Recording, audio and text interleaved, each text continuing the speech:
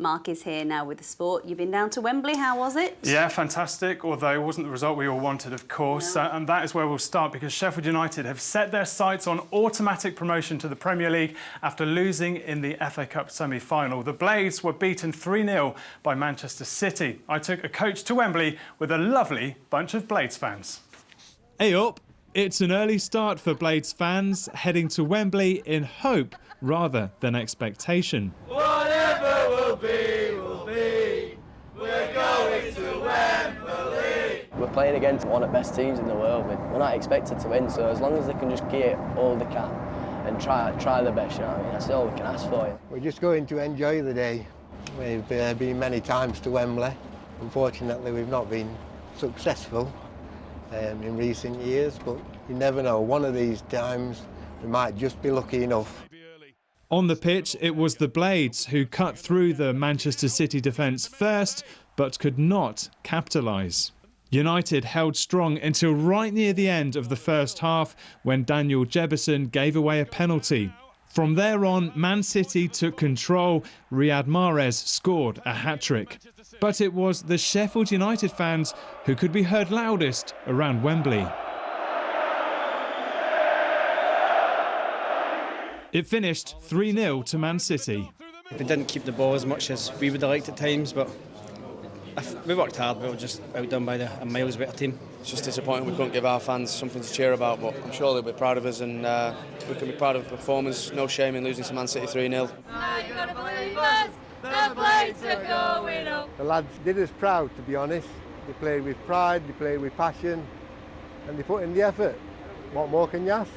3-0 is a scoreline. This is all about friends, family. We're a football family. We're all together. We're in good spirits. It's all good. Just being there were absolutely class.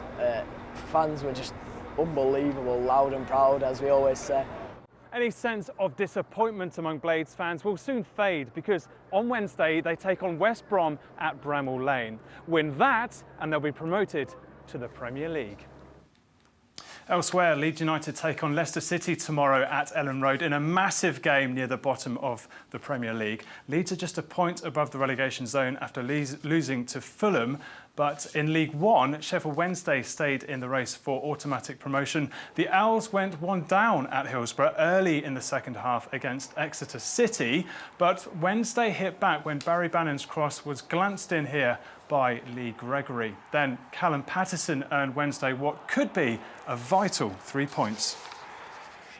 Meanwhile, our only other club to win this weekend was Barnsley. Their faint hopes of a top two finish in League One were kept alive thanks to 2 goals from Man City loanee Slobodan Tedic against Oxford United.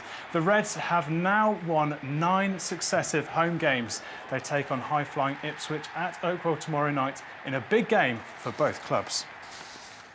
Now, Sir Mo Farah was not the first British man home in the London Marathon yesterday. That honour went to Emile Keres, who finished a brilliant 6th on his marathon debut. The Bradford runner finished in a time of 2 hours, 8 minutes and 7 seconds.